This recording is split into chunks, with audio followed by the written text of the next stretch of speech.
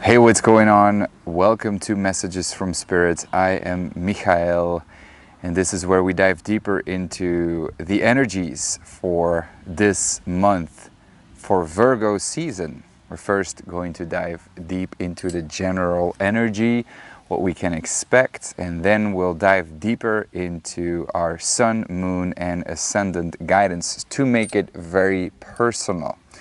If you want to dive deeper into living with the cycles of nature, the sun, the moon, and really your intuitive self, to develop that part of you, to get to know yourself better and connect with a tribe of 50 members, well, then I would like to invite you to our I Am Human, the Tribe. Go and check it out. The website is below.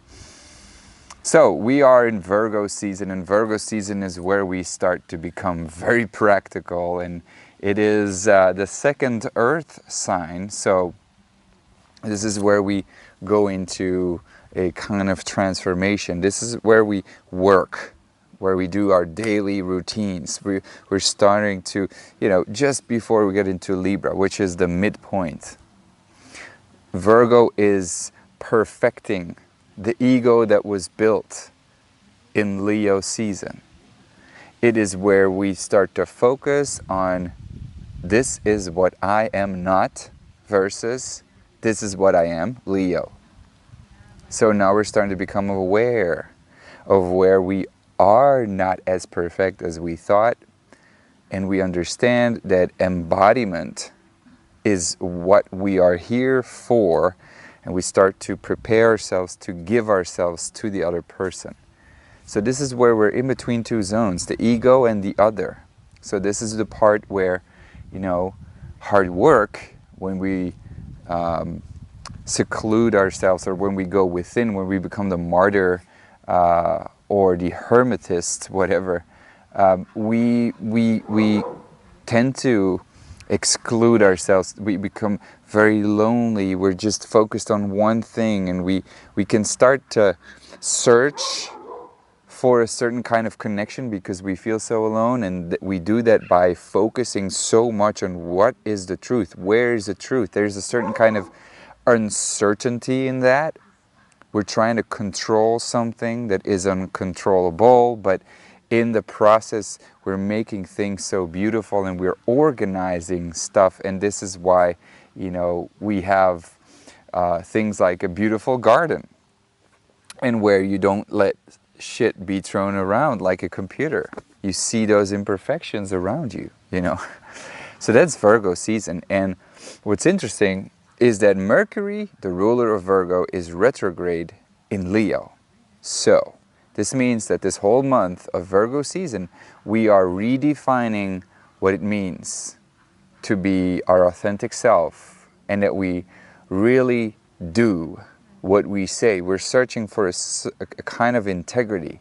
We try to feel and physically sense what it means to be authentic. And we're going to be doing that by, or we're invited to do that by really do what we say. Now, Virgo is also where we judge. So the fact that Mercury is retrograde in Leo, we can either be very judgmental to people who don't do it the way that we want it, and where we have no self-love, it will be projected into our environment, right? We might judge people, and we say, well, that person is really ridiculous, and we're just pointing towards ourselves. This is, preparing us too for the mirror that is being mirrored in Libra. But, with Mercury retrograde in Leo, we just have to pay very close attention, because whatever is happening to us is very close to our heart.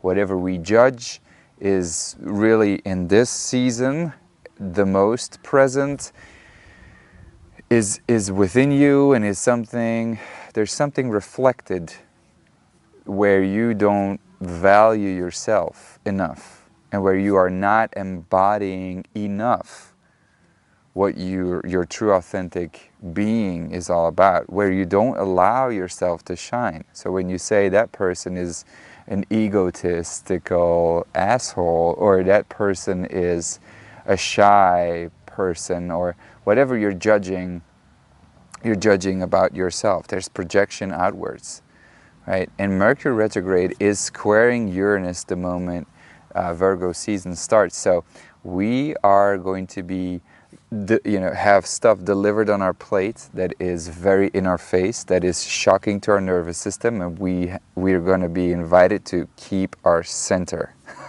big time. So, we're waking up, and Uranus in Taurus with a square over to Mercury retrograde in Leo is masks are dropping. So where we hold masks for ourselves, we can no longer do that. Our nervous system is being triggered, and we're awaking to it.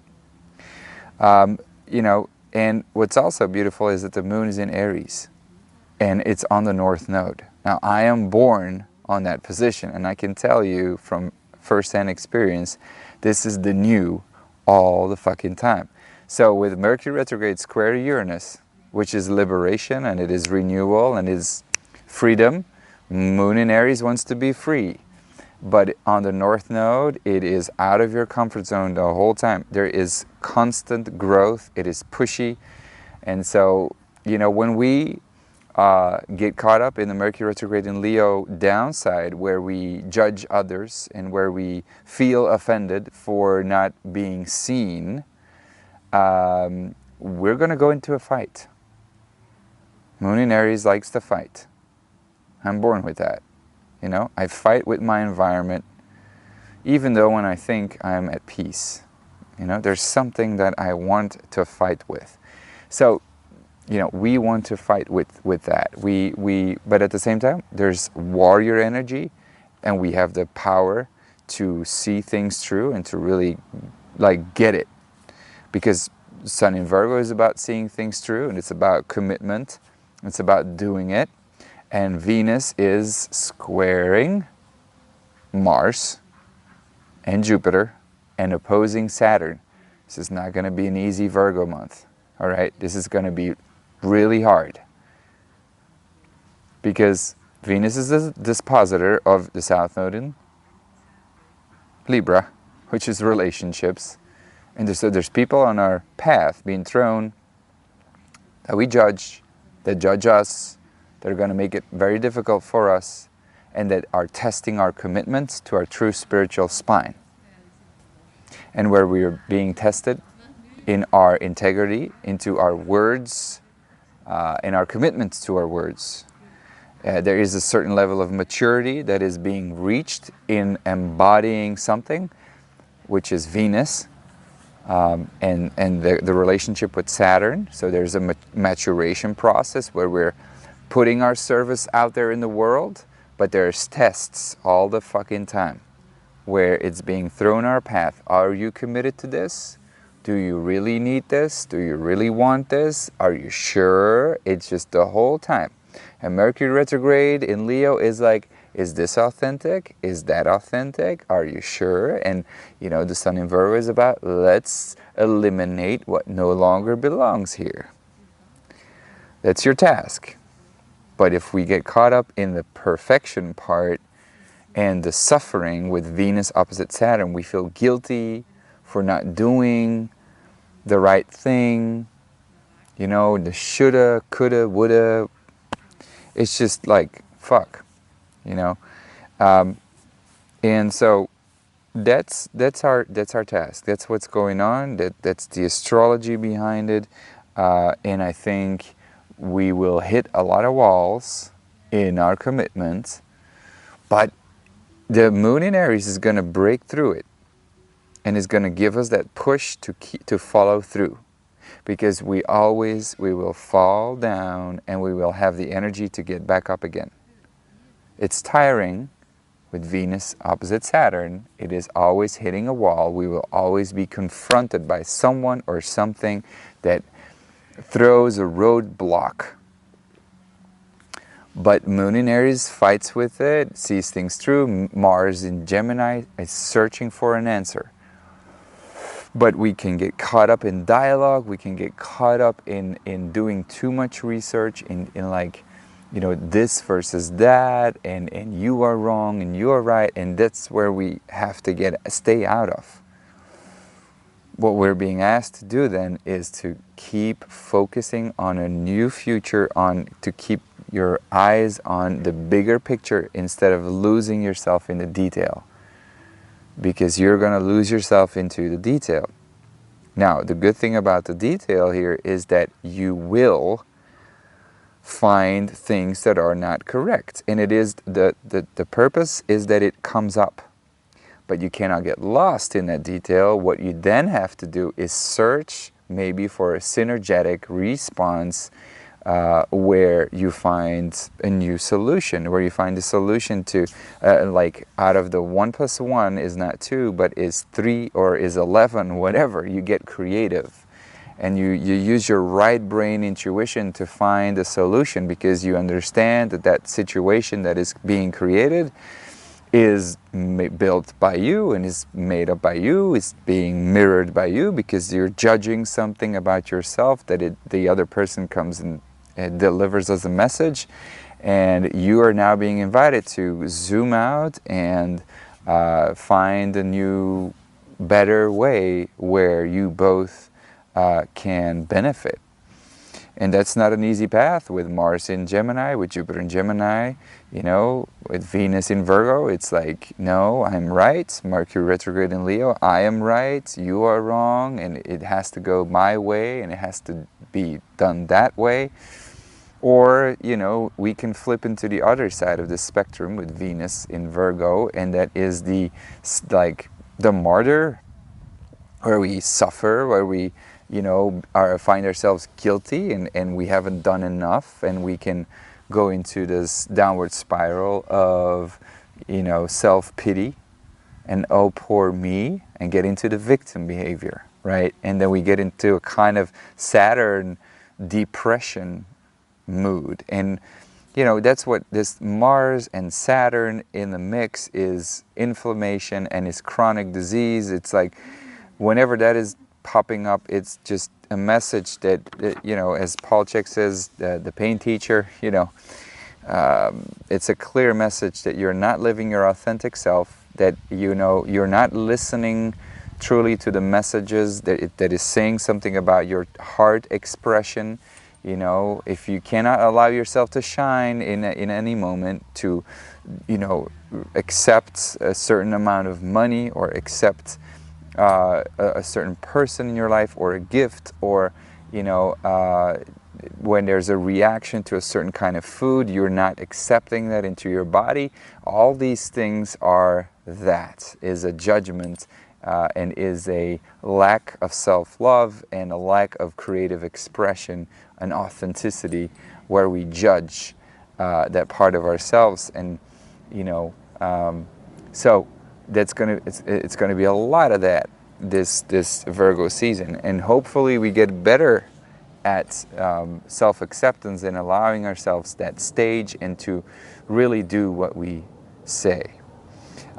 Now, that's the astrology, and it is, as always, very aligned to what we're seeing in the cards that I drew. I don't have them here, but I always do the Moon Oracle card deck. And what, you know, I always look at the moon when I start the reading. The moon was in Pisces at that very moment, which tells us something about a successful outcome, you know, of an emotional issue that we were working with. So, and it you know, shows, it highlights that Saturn in Pisces, which is really the hard work that we've been doing. So just look in your life right now where you are feeling fulfilled, and where, you know, there's like this emotional, satisfying situation that has been achieved, where, you know, the events have finally developed into something positive. And we're going to look at where Saturn is in your chart for your sun, moon, and ascendant when we go private, to make it very personal. But for now, in the general reading, I would say, well, where are you feeling fulfilled, and where have you been working on really hard?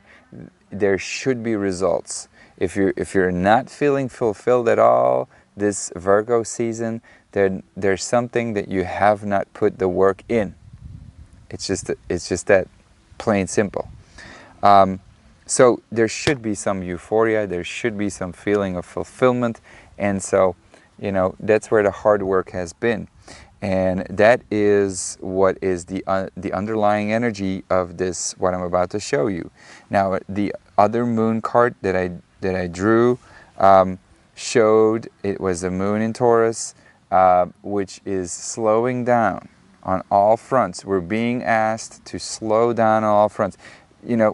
And that's that Mercury retrograde is about slowing down. It's about looking at what authentic part of ourselves is there. And, Sun in Virgo, in a way too, is about transforming what we have. It's not about taking new risks, right?